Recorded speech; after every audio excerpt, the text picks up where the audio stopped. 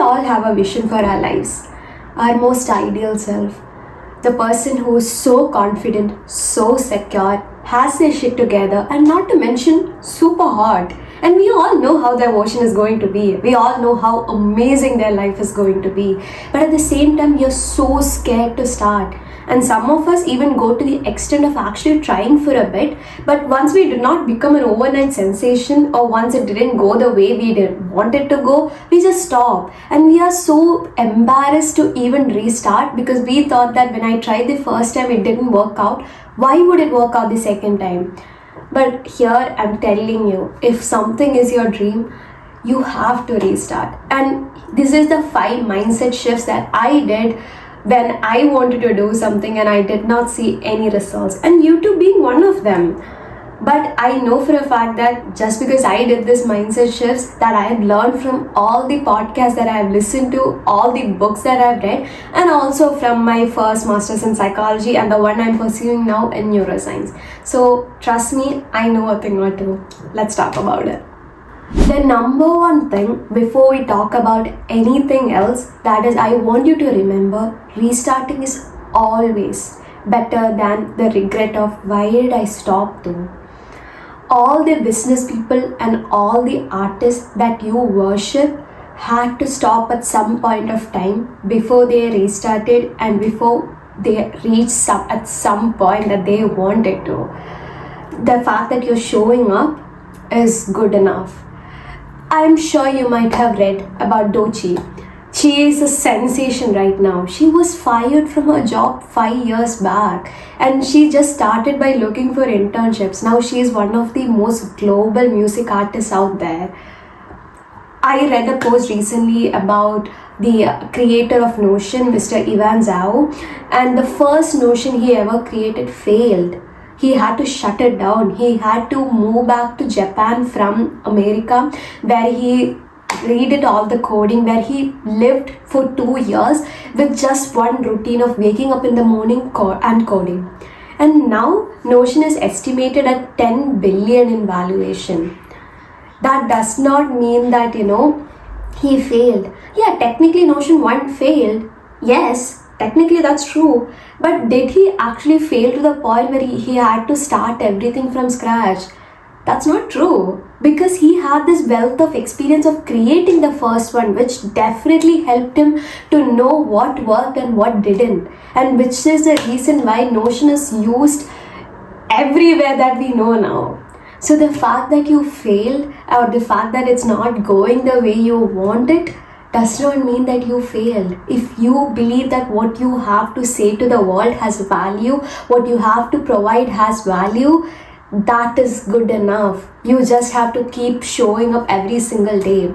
The average, if you are a YouTuber, the average person who does YouTube, it takes around 2 to 3 years for them to see any kind of growth in YouTube. Does that mean all the things they said till that point has no value? Of course not. It's the 20 views, 30 views, that is what drives them forward, and that is what I want you to believe too. If only 20 people is seeing your value right now, that's more than enough, because those 20 people see something in you. That's why they're subscribed to you. That's why they want to follow your work. And it's not just YouTube. If you want to start your business, if you only have 2 clients in the beginning, that's more than enough, because those 2 people believe in you. You cannot give up, because those 2 people believed in you, believed in your work, believed in your product. Try to make it better, but do not stop. And if in case you did stop, that's okay. You can just restart. You don't have to be embarrassed to restart. The fact that you did it for a while, that is enough as a base foundation for you.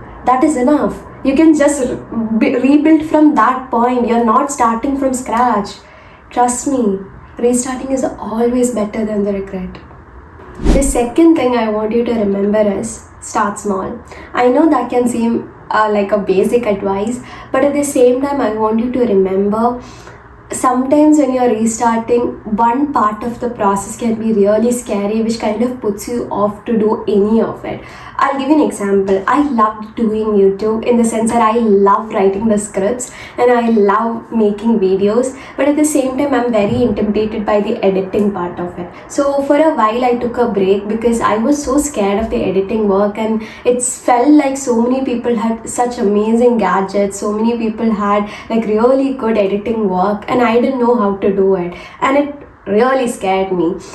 But then I realized I love doing all the other parts of it. So even if this is a bit scary, I'm just going to do the basic editing work that I can do. And even if I get 1% better with every video, at some point I'm going to get there. Even if it seems intimidating, I still get to do all the work that I love doing, and I more importantly get to help people the way I want to, and that's the most important part. So sometimes you have to start small with the things at your disposal, even if it does not reach your perfectionistic standards. Because if you keep thinking about the best perfect setting, the best the editor or the best partner in your business, anything it might be, it's not going to align for you unless you take the first step.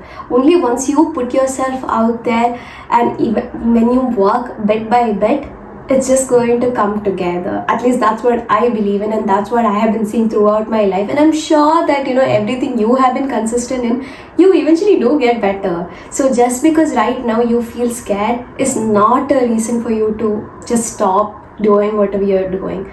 Even if it's bad, who cares? Just put it out there, put yourself out there, and I promise you will eventually get better, because that's the law of the universe. If you're consistently doing something, you're going to get better at it.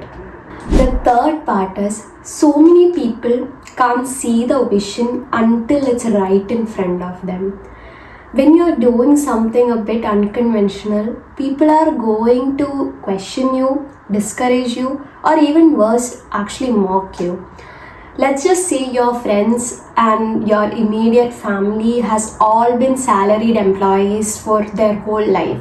So you want to do something unconventional like acting or starting a business, they're going to be very skeptical about it. And this does not mean that they are bad people. They are just looking after you, and more importantly, the only path they have ever seen is the life of a 9 to 5 employee, and there's nothing wrong with that. People make very stable living in 9 to 5, and of course they would want it for you. Why not? They want you to have a good life. But it can be very hard for them to see any other path because they're not used to it.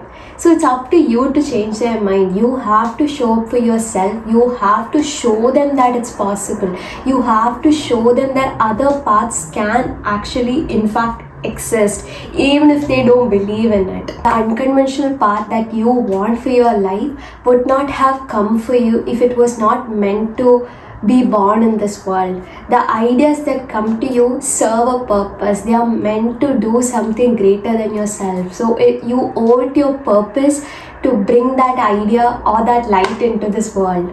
But the thing about ideas are, they will be born regardless of who acts on them. So if it comes to you and you do not act on them, it's going to be born in this world regardless. It might not be today, it might not be tomorrow, but I promise you somebody else is going to have that exact same idea that you had. If you don't work on it, and if you see that somewhere along the way that idea could have germinated and helped so many more people, you're just going to feel so much more worse. So you owe it to yourself, and you owe it to the people around you to show that there's more than one way to exist in this world. You cannot force people to see your vision, but you can be the role model that they want, so they can point to you whenever they are scared and say that if she did it or if he did it, I can do it too. The fourth mindset shift is look the part. And I know it can seem a bit neglectable because you're thinking, why does it matter how I look like? All that matters is I put in the work and I look the way I want to once I get there. But that's not how it works. It works the other way around. I'll give you an example. Every time you watch a movie, the characters have a signature look and it reflects their personality perfectly. right? And that is taken from real life. So if you're not dressing the part for what you want in your life, you're contradicting your own imagination, because every time you look in the mirror, you do not feel like an actor because you're not dressed like one. This is not to say that I want you to glam up every time you go to the supermarket. That's not what I'm saying. What I'm saying is you could dress in a very chic, effortless way the actors do, rather than just putting on another jeans and top. Like, because they know they are going to get paparazzi, they know that people are going to know them, and I want you to dress up in a way in that same mindset of how an actor would do. And I know it can be a bit hard to get some signature looks, especially if it's like branded, but at the same time you could go to thrift stores, you could do online discounts, like it does not matter. But at the end of the day, what matters is you're creatively incorporating all the things that you want, because you know that's what an actor would do, that's what an actor would dress up as. Yeah, obviously they would eventually get signature brand deals, but before all that, they had to go through these exact same steps. And the key point is, actors, what they do is they are creatively incorporating all the things from real life in a presentable manner to the audience, and that's why they are so celebrated. And I want you to have that same mindset, that if I'm going to become an actor, I have to learn about these things, I have to research the fashion styles that's currently going on. And even without all of this idea, even in the most basic sense, if you want a casting director to look at you and think that okay, this person can be an actor, you would have to dress the part when they see you first, right? Do you actually want them to do all the heavy lifting work of, okay, if they dress in that way, they might look like an actor? No. But if you're already dressed that way, they're going to think, oh my god, this person can be an actor, because they look the part already. That's what I want you to believe in. And this is just an example for an actor, but at the same time, this same thing works if you want to do research. Dress up like, a research scholar. If you want to dress up in a person who has their own business, dress up in a very professional manner, even when you're doing like day-to-day stuff. You have to start somewhere, and I think the easiest way to start is change the way you dress. The final mindset shift is, potential is nothing. Right now is all you have. Do you know how many talented people there are in this world? Almost all of them. Almost all of them are talented. But do you know why almost all of them are not successful? It's because they do not nurture their potential. They do not practice their potential. They do not put any sort of effort into their potential. The one common thing about all successful people in this world is they do not wait for their potential to bloom. They have a very short span of time before which they have an idea and they actually execute it, because they know that in order for them to have long-term stability and long-term success, they have to keep practicing, they have to be consistent, and that's the only thing that matters in this world. I know it's a harsh truth, but your potential means nothing unless you put some effort in it. So it does not matter if this one particular execution plan that you did not work out. It's okay. It does not matter that some people did not like your idea. It's okay. Who cares? At the end of the day, you are showing up. And showing up is good enough. It guarantees that you're going to be successful. As long as you're getting 1% better with every single day, with every single time you do something, if you're getting 1% better, that's enough. You deserve it. The world deserves it for you to show up to your ultimate purpose. I believe in you. You got this. So let's restart whatever you want to do. I hope you like this video. I hope you learned something from it. Please comment down below what are your mindset shifts so that we can help each other out.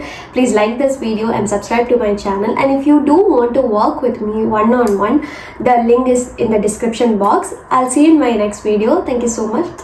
Bye-bye.